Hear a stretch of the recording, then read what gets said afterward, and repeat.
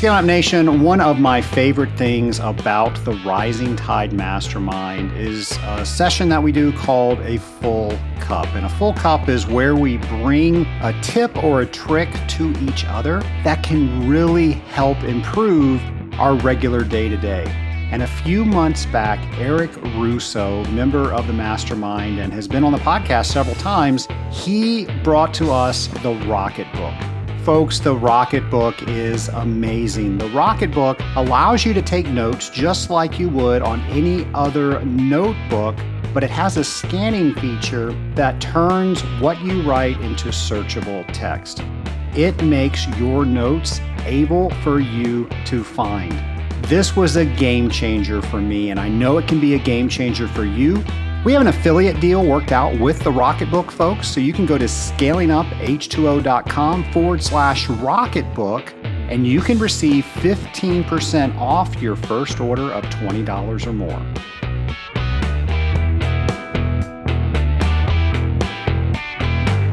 Welcome to Scaling Up H2O, the podcast where we scale up on knowledge so we don't scale up our systems. My name is Trace Blackmore. Welcome to the Scaling Up H2O podcast. Nation, I am always so happy when I hear from listeners. Of course, we call all of the listeners of our podcast the Scaling Up Nation. And it just warms my heart when somebody says that they listen to this podcast and they've actually done something that has been inspired from this podcast. Let's face it, this job can get very routine. We do things very formulaically, and that can become very boring. In fact, that's how most industrial water treaters get burnout. They don't challenge themselves to think differently. They don't challenge themselves to do something differently. And folks, if you did not know this, well, one, you haven't listened to this podcast, but here's what I'm getting ready to tell you. This is not a boring job. This is a job that can take you wherever you will allow the job to take you. It should never be boring. If it is boring, that is telling you you are doing this job wrong.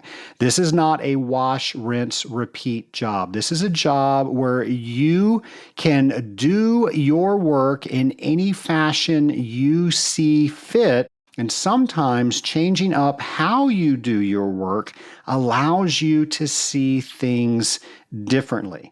Now, if you know all the things that you need to complete when you are servicing an account, why do them in the same order every time? Why take your samples in the same place every time? Why talk to the same people every time? Now, true, there are some people you have to talk to every time that you go there, but I guarantee if you talk to a line worker, you're going to find out more information about the equipment that they are dealing with more than anybody else that you talk to in that plant. So I'm just going to challenge you. The next time you go to an account, go ahead and try to do it a little bit differently. What did you do last time? How can you get the same result, but a little bit different action to get there? And just doing that makes the account a lot more exciting. And then you can start adding things that are value adds to you and your customer. Now, those are things that you may not do each and every time that you are there. But when you are there, you do one thing just a little bit different. And then by the end of the year, you've done 12 value adds. And I promise when you have that account review meeting and you talk about all the value added that you have brought to that account, that conversation is going to go a lot easier. You're going to feel a lot more confident about having that conversation because you are bringing extra value and you're having more fun in the process. So challenge yourself to do something different. I know you will appreciate it. Well, Nation, a lot of you are doing something different by checking out all of the different things that we've got going on in our industrial water treatment organization. So within that, we have so many groups and so many conferences. And how are you ever supposed to keep all of those straight?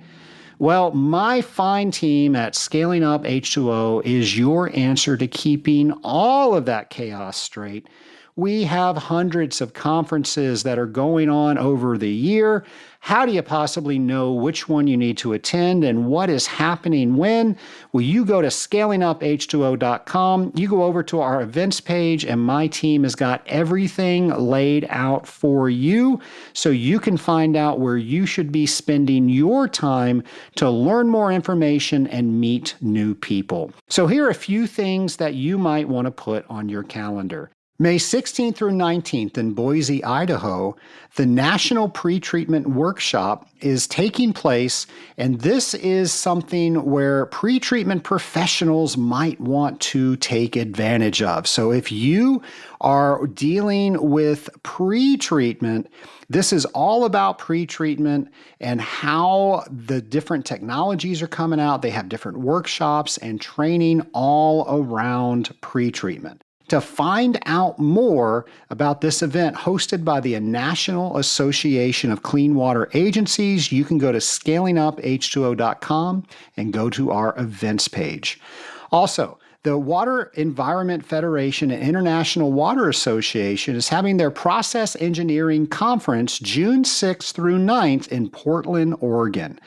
This is where innovations in process engineering and design allows people to come together to learn new practice and innovations. This conference will focus on a wide range of topics, including resource recovery, treatment efficacy, efficiency enhancements, as well as improved operation and monitoring tools through the water community. If this sounds like something you want to learn more about, go to scalinguph2o.com and go over to our events page. The American Society for Healthcare Engineering is having their conference August 6th through 9th in San Antonio, Texas. Of course, ASHE is the conference that brings together thousands of healthcare facility professionals to learn about new developments in the field, network with others, and find solutions to their challenges. ASHE's having that again August 6th through 9th in San Antonio, Texas, and we will have all of that information about that conference on our show events page. Nation, I love it when people go to these events and then they write back to us and they let us know that they really got something out of it. And several people said they wouldn't have even known about it had it not been for the Scaling Up H2O podcast. So we appreciate information like that. We try to put information out there to the Scaling Up Nation, and we are so glad that the Scaling Up Nation is using it. Something else that the Scaling Up Nation is using is the ability to get a little bit smarter each and every week with our friend James McDonald. Hello and welcome to the Periodic Water Table with James, where we think and learn about water chemistry drop by drop.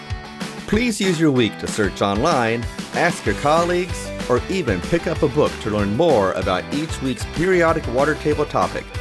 If you do, at the end of the year, you'll be 52 water chemistry smarter. So let's raise the water table of knowledge together and get started. Today's topic is orthophosphate. Let's get the basics out of the way first. What's the chemical formula of orthophosphate? Is it an anion or cation?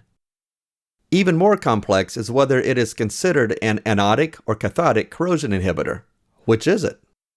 Why are phosphates used in boiler systems? What concentrations of orthophosphate are used in cooling and boiler systems? Can orthophosphate be present in makeup water? If so, why, and how could this impact the cooling and boiler systems? How do you test for orthophosphate? Is orthophosphate the same as polyphosphate or organophosphate? How does pH impact the effectiveness of orthophosphate? Does phosphate react with calcium? Remember, knowledge is power, and taking the time to learn more about water chemistry each week will help make you a force to be reckoned with. Be sure to post what you learned to social media and tag it with hashtag WaterTable23 and hashtag ScalingUpH2O. I look forward to learning more from you. Why, thank you, James. Always good to have a brand new segment each and every week. And Nation, I have to tell you, James was one of the first people that I collaborated with when I was thinking about starting scaling up H2O 6 years ago. James was a huge support in helping me start the very first episode. And of course, now he's a vital staple of the show, helping all of us in the Scaling Up Nation get a little smarter each and every week by challenging what we think we know about things we use each and every day. Well, when it comes to challenges, I love our interview today. And simply put, without water, we do not have a job. Without water, we don't have a life. Today's guest is going to challenge how we do wastewater. And as I just alluded to, probably one of the biggest calls to action I have ever heard on the Scaling Up H2O podcast. Here's the interview. My lab partner today is Dr. Rakesh Govind. Dr. Rakesh, welcome to the Scaling Up H2O podcast. How are you today, sir? I'm doing fine. Thank you so much.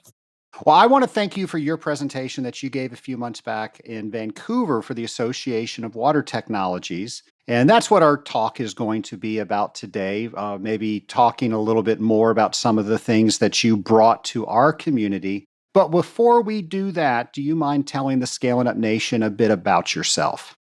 So basically, I am a professor of chemical engineering at the University of Cincinnati. That's where I'm employed right now. My work has been mainly in chemical engineering and in particular about biological treatment of wastewater. So I've been working with the US EPA that is across the street from the University of Cincinnati and doing research and development work on different kinds of wastewater treatment systems and their benefits and disadvantages as well. And that's what your talk was about. So today's going to be about wastewater. And when it comes to wastewater, if we were to look at how the entire world is doing wastewater, what do you have to say about that? Are we doing it right? Are we doing it wrong? What do we need to know? So I think that the majority of wastewater that that's created by in domestic, sources as well as in industry, it is being treated in a centralized treatment plant. And so what we have is a huge network of sewer lines that are under the ground that convey the wastewater from every house, every industry. Typically, it goes into a centralized treatment plant that is treating the water. And once it treats the water, it is then put into a river or into a lake or into some kind of a water body that can assimilate that water, that huge quantity of water that we have collected. The problem is that most of the wastewater treatment plants are emitting their treated water into a river that ends up in the ocean, and that ends up making salt water. And this water then never comes back from where it came from. So we are actually depriving the land of the groundwater that is being used to create the wastewater. So, with that, is it your proposal that we abandon or eventually rebuild centralized plants or do away with them? So now we're treating it at the location where it's being created? Yes, I think that the future of wastewater treatment is decentralized treatment. That is, treat the water in the local area where it's coming from, and then essentially put the water back in the ground where it came from. And that is essential that if we don't regenerate the groundwater table, then our grandchildren or great grandchildren will have no water to live with. And without water, there is no life, there is no population, there is no jobs, there is no economy. And I think the world has been doing all this time with the centralized treatment plants and the sewer lines is taking groundwater and putting it into the ocean as salt water, and the water never comes back. So the groundwater table has been declining on the worldwide scale, and there is no coming back. So it is basically the entire world, as far as wastewater is concerned, is driving on a one-way street. And some nations will get to the end of the street sooner than others because they have a higher population density, and some nations will take longer time, but it is basically expected that within the next 10 years, next decade that we are living through, we'll see many, many nations run out of water, groundwater table. And essentially, then people will have to move. And this is going to generate political instability as well as chaos in many of those countries. Here where I live in Atlanta, Georgia, if you buy an older home, it's got a septic system. And the newer homes, they're all connected to the centralized wastewater facility. Did they get it wrong there? Should every system have stayed a septic system? No, so I think that the decentralized approach is the right approach. If we had taken decentralized, we would have a more reliable system. We would have multiple treatment plants behind every house, essentially, or behind every industry. We would not have this huge network of sewer lines that are very expensive to maintain. I mean, I'm sure that Atlanta is going to spend millions of dollars, hundreds of millions of dollars, to maintain the old sewer lines that are now broken because of roots penetrating those sewer lines. And that is a budget that no metropolitan sewer authority has right now. So decentralized is the right approach, should have been the right approach. Unfortunately, the septic tank, which is a decentralized system and that puts the water back in the ground, is not capable of treating the water adequately. So it is the fact that the septic tank is very primitive.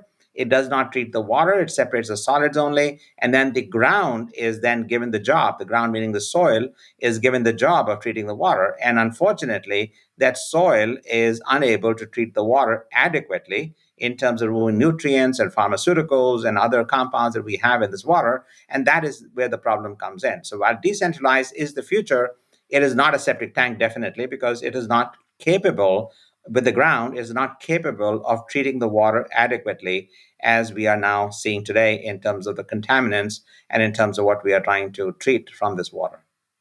Can you explain what the ideal decentralized system looks like? The ideal decentralized system would be an advanced treatment system. It could be a biological system, it could be electrochemical system, and it basically will do the job of the centralized treatment, but in a box, in a smaller box. And it will also treat the water to a greater extent than centralized treatment is doing right now. So it'll remove the nutrients to the very low extent, so we don't end up with nutrients in nearby water bodies. Right now, for example, in the area, most of the population, by the way, is living in coastal areas, and the septic tanks in coastal areas are contaminating the groundwater. The water that's going in the ground is coming into the bay areas, and it is causing algal blooms. So beaches are getting closed because of earth warming and because of nutrients in the water is causing the emergence of algal blooms that make the water toxic. So this is a problem that we are seeing on a worldwide scale, not just in the U.S. but all the entire planet in general. And so essentially, an idealized, the real decentralized system, an ideal system, would be one that is behind the house, that is more advanced than a septic tank, much more advanced than a septic tank. It treats the water completely, it takes all the nutrients, does the biological treatment of the contaminants and the pharmaceuticals, and then essentially puts the water that is now purified and disinfected into the ground where it percolates through the ground. It doesn't get treated there, it just percolates through the ground. So it's hydraulic conductivity really that we're looking at, and it goes into the groundwater table where then it is available for future generations. So change is hard. Everybody is used to having a centralized plant. What is a plan to move to a more decentralized type of operation? So basically, at least in the US, we know that about 25% of the population is currently relying on a septic tank. And I think that as we emerge from the septic tank and go beyond it, we want to see the septic tanks to be replaced by the advanced treatment systems that are able to treat the water adequately and disinfect the water behind the house and put the water back in the ground like the septic tank is doing right now. But we're not treating the water by the soil bacteria. We're actually putting the water in the ground to go back to the groundwater table from where the water came. So essentially, we're looking at least the 25% of the population moving from the septic tank into an advanced treatment systems rather than going down the route of connecting to a sewer line, which is what a lot of cities are trying to do. Because what they will end up doing is they're going to burden future generations with basically a very low level of groundwater, which would be unusable. And number two is that they would put a very expensive proposition in future generations to be able to even repair the sewer lines that are being laid in the ground today. Can you give us any examples where municipalities are using these types of systems? Yes, I think that it is, essentially necessity is the mother of invention. So many municipalities that are unable to provide a sewer line connection as the cities are growing and they're growing outwards, as suburbia is growing in this case, many municipalities are unable to connect those houses to sewer lines because they don't have the money to lay more sewer lines and to have more treatment plants in this case. So essentially, by de facto, those cities and those towns and those houses are relying on basically either a septic tank, or what we are saying is they should not be doing a septic tank, they should be doing more advanced treatment. And so essentially, we're seeing already the tilting towards advanced septic tanks behind every house rather than a centralized connection, because they can't get a centralized connection. It's costing millions of dollars to extend sewer lines, and municipalities have no money, and homeowners and builders don't have the money either. So that is a problem. In coastal areas where the groundwater table is pretty high, and it is getting higher and higher as the ground is going down, it is basically the sinking of the ground over time because of encroachment, because of earth warming, and so forth. Because of all of these things that we are seeing, the use of a septic tank in coastal areas is not effective at all, because now the water doesn't go through adequate amount of soil to get treated. So untreated water is ending up in the Bay Area or in the seawater, and that is causing the algal blooms that I mentioned to you. So we're talking about residential systems. Does this change at all when we talk about industry? Well, the industry is just a expansion of the domestic system. We need a more advanced treatment system, maybe treating, much more water, higher water flow rate, and removing some other elements that may be present in that specific industry, wastewater, that is not present in domestic wastewater. But other than that, the concept of having a decentralized treatment system that is capable of treating the contaminants in the water is still the same concept. It is basically a decentralized system that the industry has on its premises, and essentially it does the treatment locally. Now, there are two benefits to that. Number one is that the water doesn't have to go in the sewer line. And number two, the company doesn't have to pay money to treat the water, because right now they're paying municipalities in many cases. And number three is that they can reuse the water. So they can essentially recycle the water back to the place that they want to be able to use the water. So they can use it for non-potable uses locally in the industry. And that's basically reducing the net consumption of water. What data is available where this is being used and how the water table is responding? Right now, there are not many advanced septic tanks that have been installed so far. One of my companies called NextGen Septic is already doing that, and we are already installing advanced septic tanks behind houses in the northern Kentucky area. I mean, I'm in Cincinnati, and northern Kentucky is across the river from us. So we are already installing these advanced septic tanks that are going behind houses. Now, the question is the groundwater table responding? Well, it will eventually respond once many, many houses do the same thing. Right now, the problem we are seeing is that the municipalities and the division of water that is controlling the permitting process in every state in the country, in this country, and probably around the globe in other areas as well, they are preferring a septic tank over an advanced system. And their logic is that a septic tank has no moving parts, homeowners don't have to maintain it. If it fails, there's nothing that'll fail in a septic tank easily other than having a hole in the tank, and that doesn't happen very often. So basically, they think that it is a very reliable system that they can basically install, and then nobody has to do anything with it, and the homeowner doesn't have to bother with it because the water is going in the ground. It is basically has no moving parts. So that is their logic. But however, it does not treat the water adequately. Now, the advanced septic tanks are running with electrical power. They have pumps, they have blowers, they have moving parts that have to be maintained. And if they're not maintained by the homeowner, then eventually those systems will fail. And that's what the municipalities and the division of waters are concerned about, is that they don't have the legal authority to force homeowners to maintain these systems in a way that they keep functioning. But I think the whole system has to change in the fact that when you buy a car, you have to maintain the car. When you buy a refrigerator, you have to maintain the refrigerator. And I think that that concept of having a septic tank and leaving it having no moving parts is really not necessary. Division of waters across the country, which are in every state, can basically require homeowners to have a maintenance contract, just like you would like to have a maintenance contract for your car or for your refrigerator or for your heating and cooling system. It is basically an engineered system, will have to be maintained. So the logic behind using a septic tank because it's got no moving parts is really not viable logic, considering the damage septic tanks are doing in the environment already. How widely available are these types of systems? There are many companies that are manufacturing advanced septic tanks besides NextGen Septic, and those systems are being installed in many places. The general logic from every division of water that I have talked to across the country is that if a septic tank is unacceptable because there's not enough land or the soil doesn't percolate the water adequately, then we will allow an advanced septic. So it's basically the advanced septic tanks are advanced systems, in other words, are only allowed when a septic tank cannot be used or the land is sloping. You cannot have a soil field on a sloping land, or in a coastal area where maybe there is the water table is too high, and that is happening in majority of coastal areas across the country. Basically, in that case, they're allowing an advanced septic system to go in. But I think that the idea of a septic tank being the default system of choice by the division of waters, the very people who permit these systems, is, I think, flawed. So let me ask, say I'm listening to this podcast and I'm building a home, and this sounds very interesting to me. I want to do my part. Everything makes sense.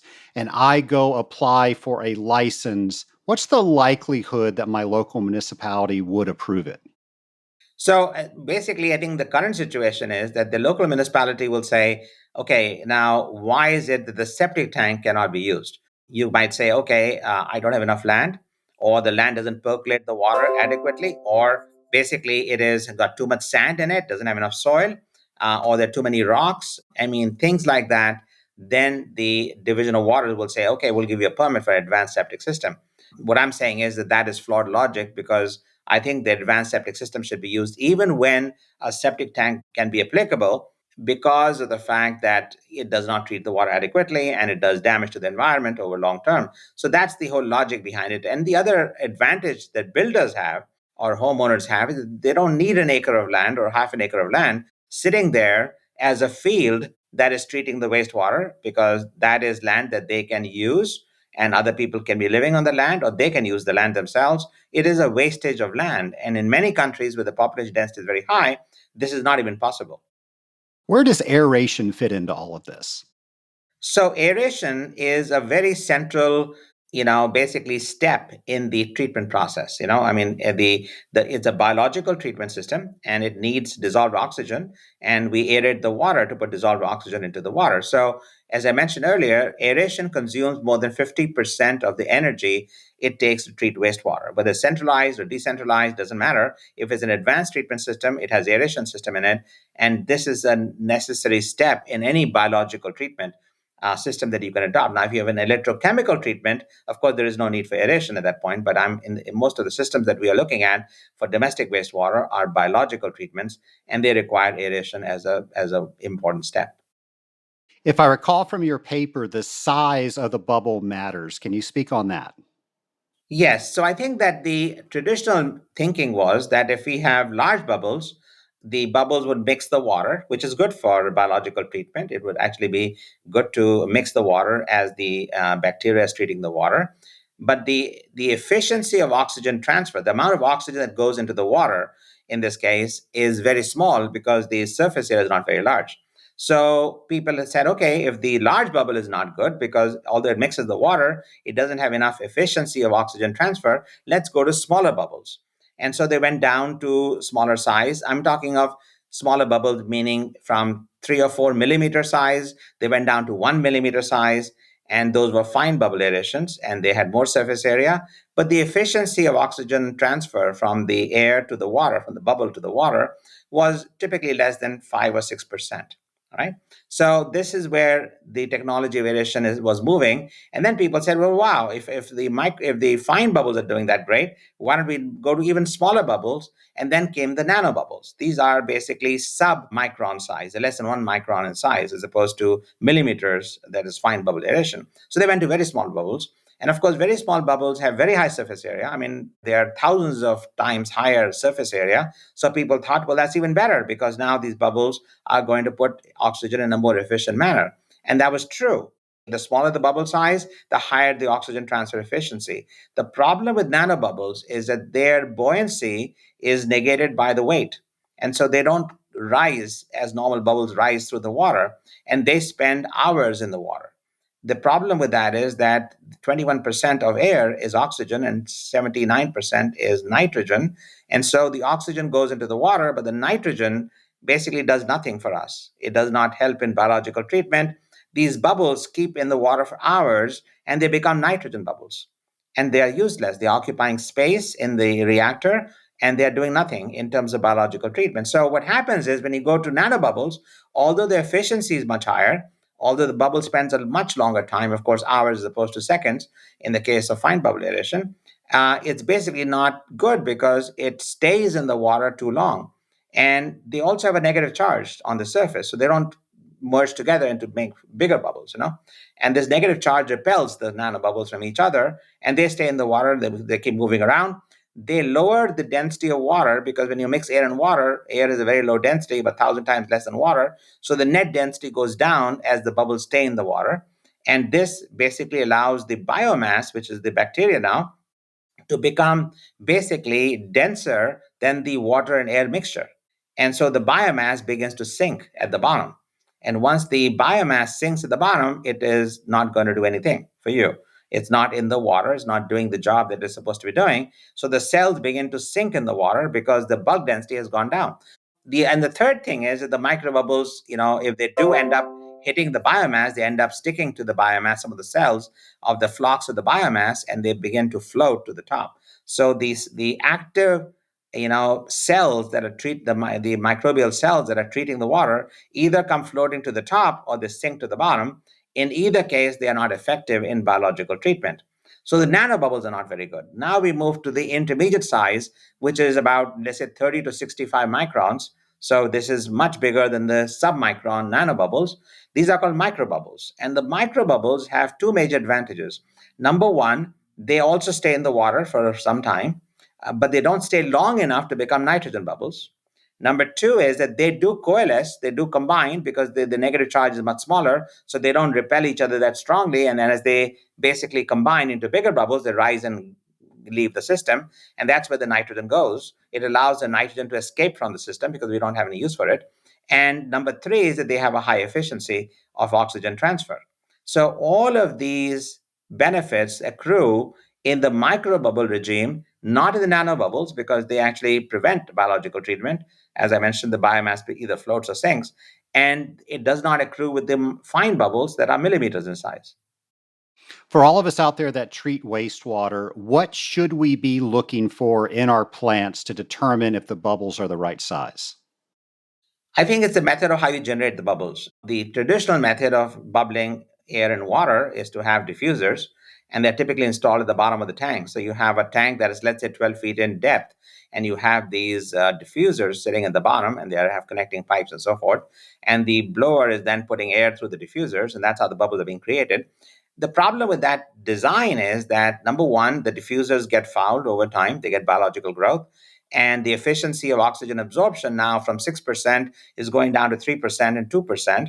So only 2% of the air that you are actually bubbling through, 2% of the oxygen in the air that you're bubbling through is basically dissolving in the water. So you're losing efficiency dramatically because of the fouling of the diffusers.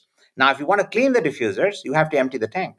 So you have millions of gallons of water, or thousands of gallons of water in a tank, 12 feet deep, that you have to empty out in order to scrub the diffuser at the bottom. And there's not one diffuser, there are many diffusers. So you have a massive job in terms of cleaning the diffusers, and then the whole cycle repeats itself again. They get fouled over time again. So this is not a good method. This is not a good design at all. In fact, the better design would be to create the microbubbles in the water and then have a water recycle going on. Take the exit water and put it back in the inlet. And in the process of recycle, introduce the microbubbles. So the microbubbles enter the tank at the beginning from the recycled water. The water recycled helps to mix the tank. So that's a good thing. And the microbubbles are putting dissolved oxygen in the water. So that way you have no submerged diffusers. You don't have the cleaning problem. You don't have the emptying of the tank problem that you have to go through. Your microbubble generating system is outside, in the recycle line. It's not in the tank. And basically the microbubbles are then coming back at the inlet through the recycle flow. And so you get the best of the two worlds. You get the mixing of the tank because of the recycle flow. You get the microbubbles staying in the water because they are going to stay longer. They have higher efficiency. You have no diffusers in the tank to clean. At the bottom of the tank, you don't have to empty the tank ever to do any cleaning action. And so all of these benefits from an operating point of view, from a maintenance point of view, accrue with this concept of aeration. So when we're talking about industrial wastewater treatment, we're going to have different items that we're going to have to get rid of that we're just not going to have in residential treatment. How does that differ, and will this work? Yeah, I mean, the treatment system will have to be made more elaborate because we have other contaminants like metals, dissolved metals, for example, like from mining wastewater or from electroplating wastewater. That kind of thing will have more of the toxic metals in it that will have to be removed. But the idea of decentralization has a very important purpose.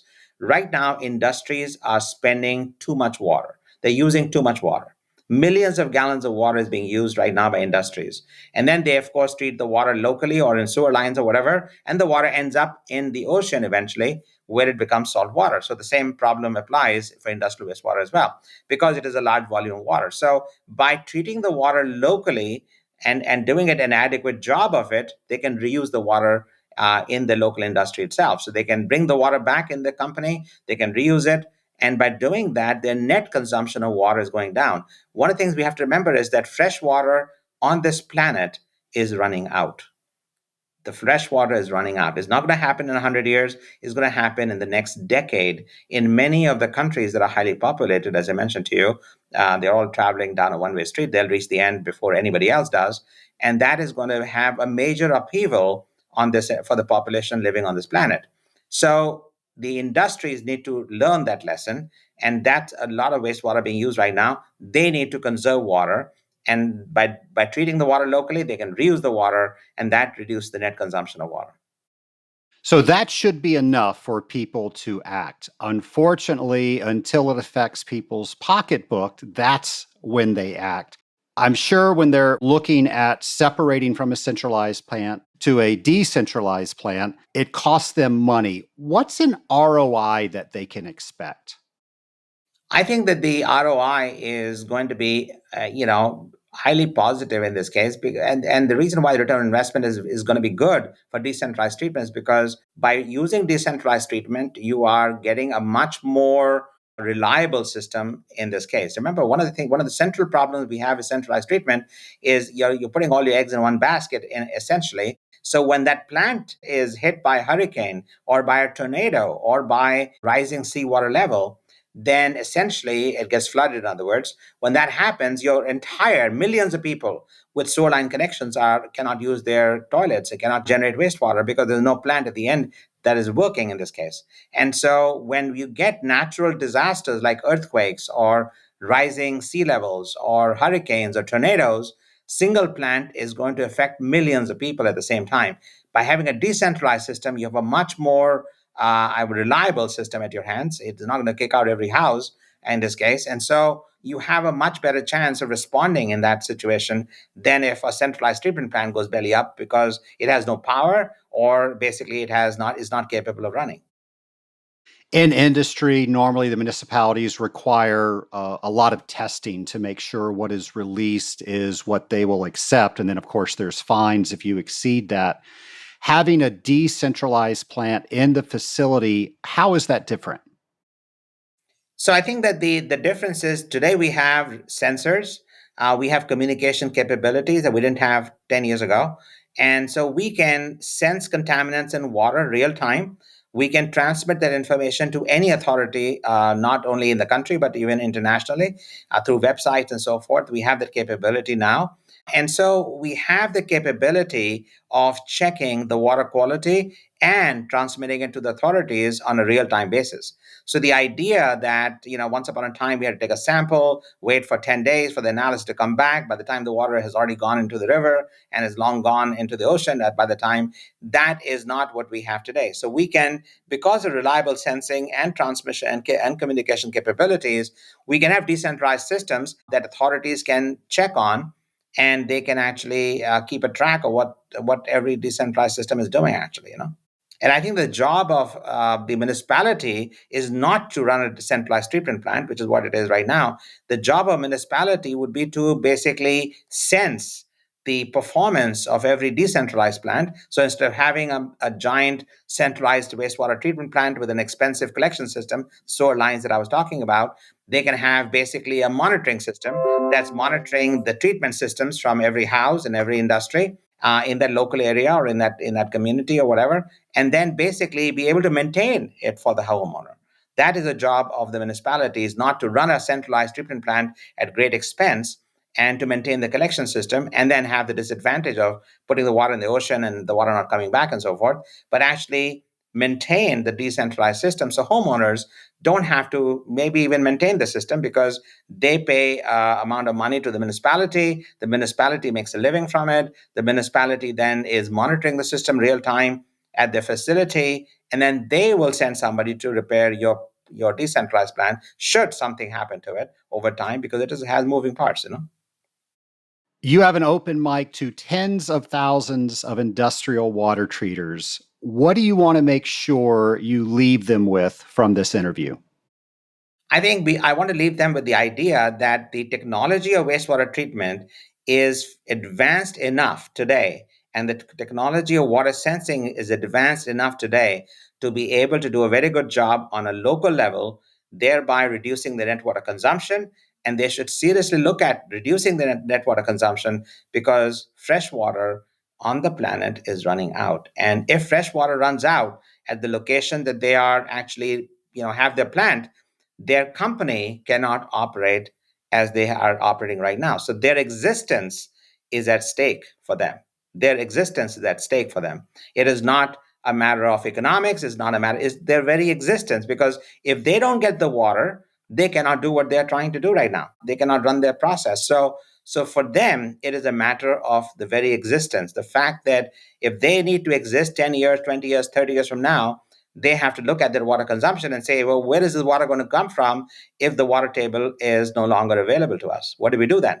And that is what we want to prevent.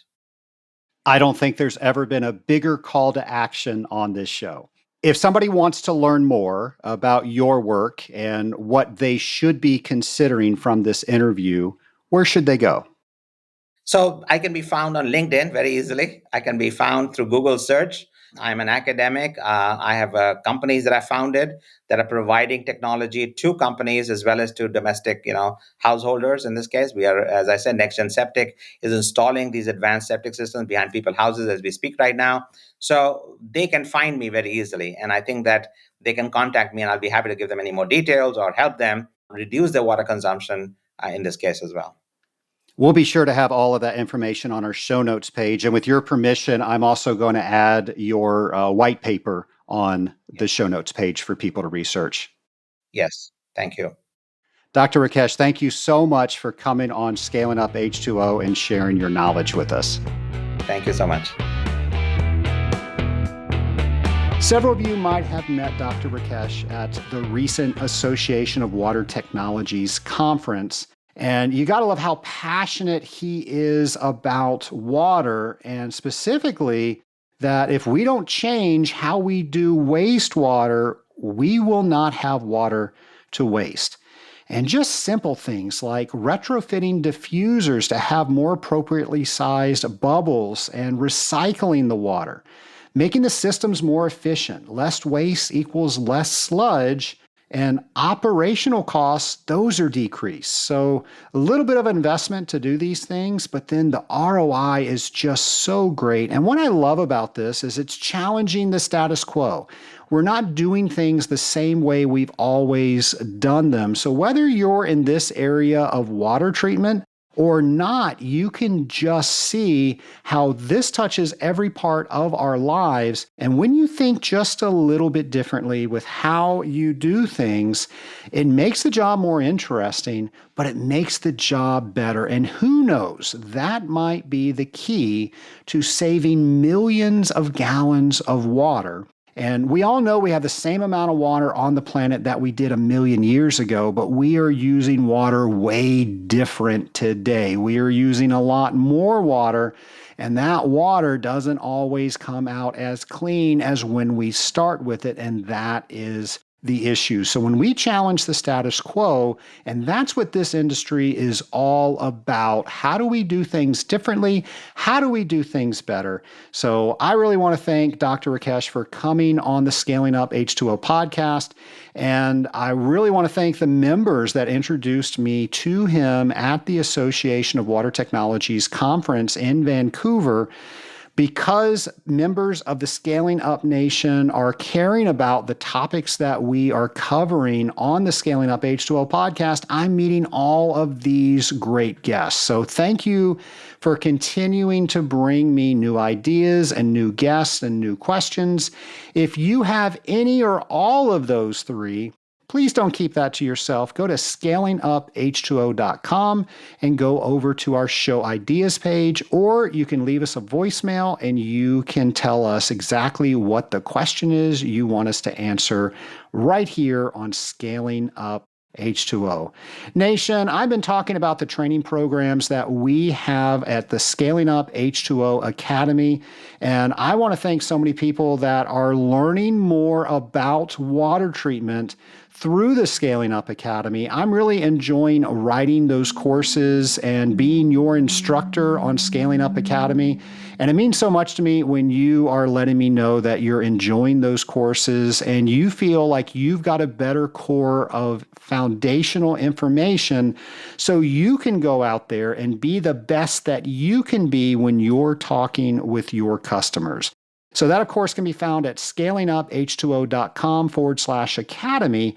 Once again, that's scalinguph2o.com/academy. And so many people are signing up for our free CWT course, where I go through AWT's booklet on how to get your CWT, and I let you know all the things that you need to do in order to obtain your CWT.